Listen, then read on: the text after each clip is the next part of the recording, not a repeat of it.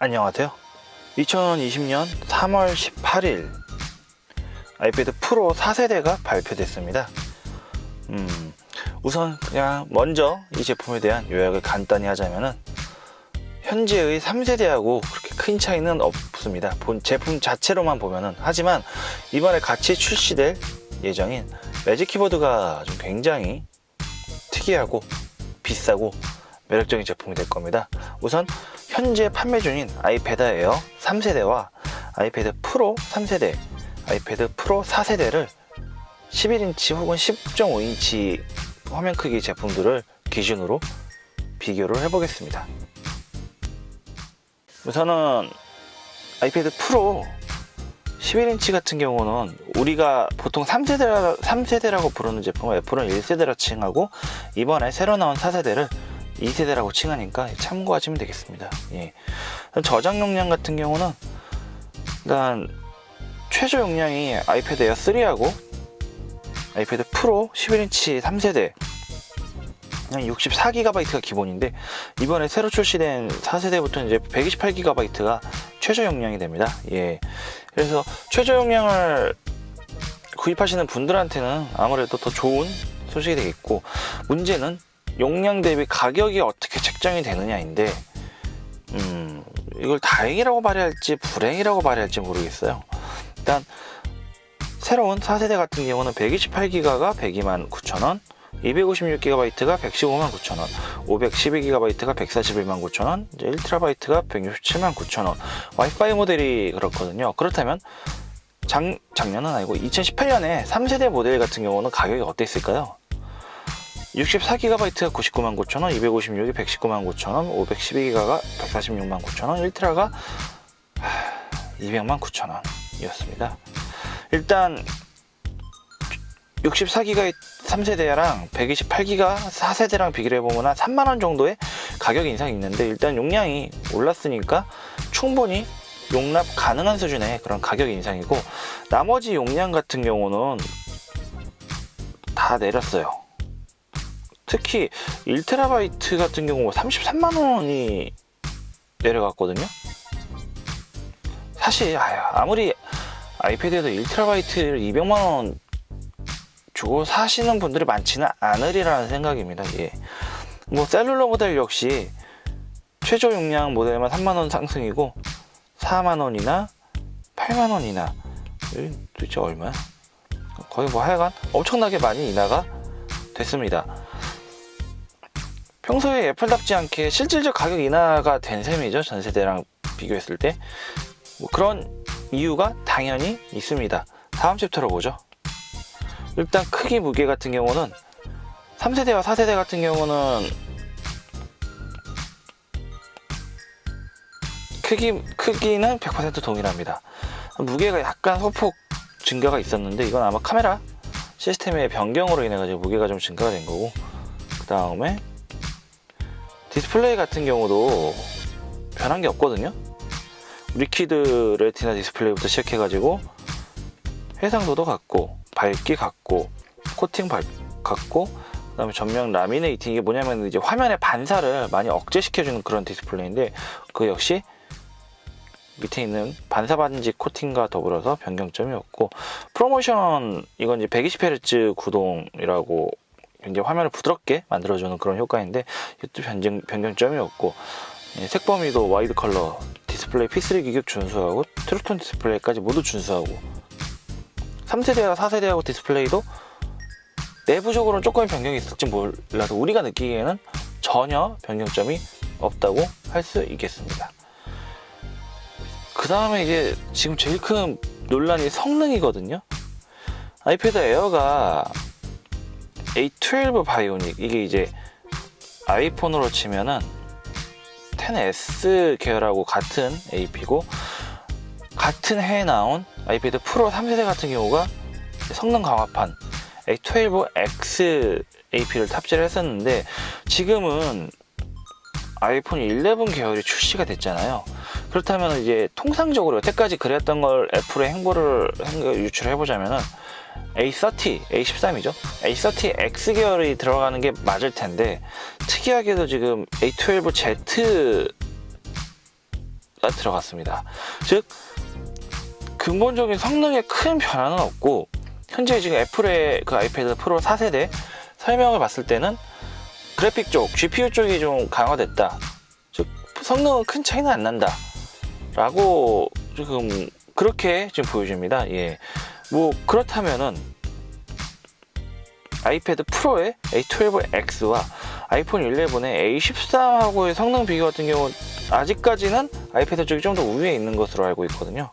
예, 그래서 아까 전에 맨 처음 설명드렸던 가격과 결부를 시켜보면 왜 얘네들이 가격을 낮췄는지 조금씩 그 이유가 보이긴 하죠. 예, 심지어 애플 펜슬 같은 경우도 변경이 전혀 없는 2세대 둘 다 100% 같습니다. 단 이제 키보드 같은 경우가 오프닝 영상에서 애플이 공개한 영상을 보여드리는 바와 같이 매직 키보드가 이제 추가가 되는데, 지금 이게 미국 가격은 $329거든요. 거의 우리나라 가격에 40에서 50만원 사이에 가격이 형성될 것 같은 그러한 좀 액세서리예요. 이게 에어팟 프로보다 더 비싸고, 그 다음에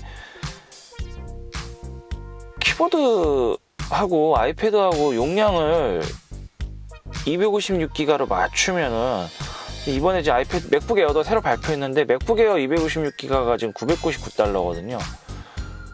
아이패드 프로 4세대 256기가에 매직 키보드를 부착하면 더 아이패드가 더 비싸집니다. 어찌됐건. 그리고 이 매직 키보드의 한 가지 희소식은 3세대와 4세대와 크기 외관의 변경점이 전혀 없다고 말씀드렸잖아요. 매직 키보드 역시 3세대도 호환 가능합니다. 그래서 기존에 3세대를 갖고 계신 분들은 뭔가 좀 매직 키보드가 탐난다 라고 생각을 하시면은 4세대로 가실 필요 없이 매직 키보드만 구입하시면 됩니다. 그리고 카메라 같은 경우는 지금 1000만화소 울트라와이드, 즉 초광각 카메라죠, 추가가 됐는데, 이렇게 지금 광각하고 일반 표준 광각하고 초광각 카메라가 추가된 구성이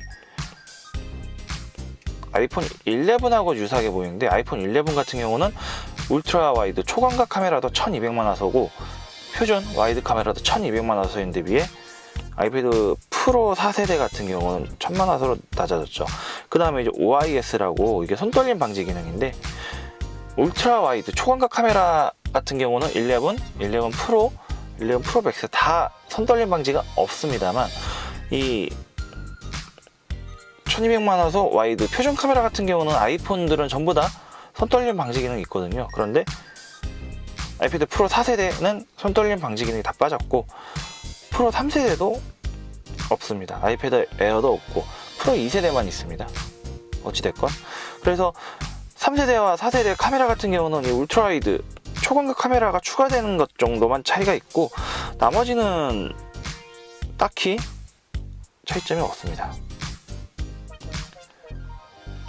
지금 동영상 같은 경우도 지금 초광각 카메라가 추가돼가지고 추가된 기능 위주로 보통 있고, 예. 전면 카메라 같은 경우는 지금 인물사진 모드가 있죠. 그러면 후면은 인물사진 지원 안 할까요? 예, 안 할 것 같아요. 예, 이 내용이 없는 걸로 봐서는. 그 다음에 지금 USB-C, 이거는 뭐 3세대부터 썼던 거죠. 그 다음에 이제 스마트 키보드 폴리오하고 매직 키보드를 연결하기 위한 스마트 커넥터도 있는데, 좀 차이점이 지금 레이더 스캐너라 그래가지고 이게 이제 갤럭시 S10 5G, 노트 10 플러스, 그 다음에 갤럭시 S20 플러스, 20 울트라에서는 이제 TOF 카메라라고 이게 거리 측정 카메라입니다. 이 거리 측정 카메라가 이제 아이폰도 아직은 도입이 안 됐고 아이패드 처음으로 도입이 됐는데, 일단 애플에서는 이건 AR 기능의 위주로 쓰인다 그러고, 삼성 같은 경우는 라이브 포커스라고 해가지고 사진을 찍을 때 배경을 흐리게 만드는 기능이 있죠. 아이폰 같은 경우 인물사진 모드인데, 이 기능을 쓸 때 배경하고 사람 혹은 사물을 구분해내는 용도로 이 레이더 스캐너 TOF 카메라를 쓰거든요.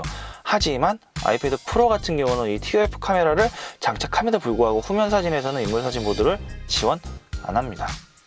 어찌됐건 전체적인 모습을 봤을 때 AP 성능에서 비약적인 향상이 있는 것도 아니고, 카메라는 초광각 카메라가 달려있긴 하는데 아이폰 대비 좀 떨어지고, 그 다음에 크게 같고, 사실상 직전 모델인 3세대에 비해서 별로 그렇게 크게 변한 건 없거든요. 그래서 왜 가격이 낮아졌는지 좀 이제 아시겠죠. 그 다음에 약간 가격에 대해서 한 가지 좀 더 첨언을 드리자면은, 저는 지금 큰 차이가 없는 4세대를 구입하지 않고 3세대를 좀 구입할까 생각 중입니다. 지금 출시가 기준으로 봤을 때는 지금 오히려 3세대가 더 비싸죠. 3세대가 더 비싼데, 지금 3세대 같은 경우는 나온 지 1년 한 지금 6개월 정도가 됐어요. 그래서 어느 정도 좀 가격 하락이 있는 상태입니다. 특히 이제 고용량 같은 경우는 어느 정도 지금 가격 하락을 했냐면은 2019년 3월 19일 새벽 기준으로 200만원짜리를 150만원에 팔고 있어요. 그리고 지금 170만원 근처인 거에 비해서는 가격적 메리트가 있죠.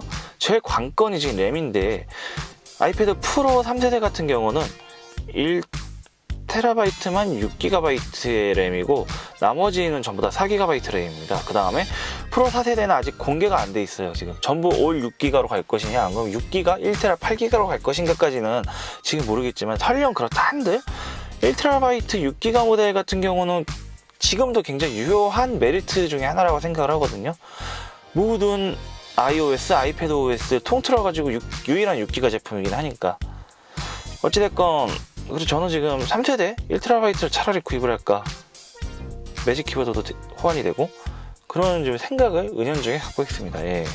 그래서 굳이 4세대 구입하실 필요는 없고 3세대 재고가 싸게 나오는 거를 구입하시는 방법, 혹은 뭐 중고를 구입하시는 방법 등등에 있으니까 굳이 4세대 기다리실 필요까지는 없다 라는 결론을 내면서, 이번에 짧은 대본 없이 화면만 보면서 말하는 아이패드 프로 4세대에 관한 브리핑은 여기서 마치겠습니다. 그리고 12.9인치도 화면 크기만 커질 뿐 11인치하고 같고, 직전 세대인 12.9인치 3세대와 비교도 대동소이하다는 것을 알려드리면서 이번 브리핑을 마치겠습니다.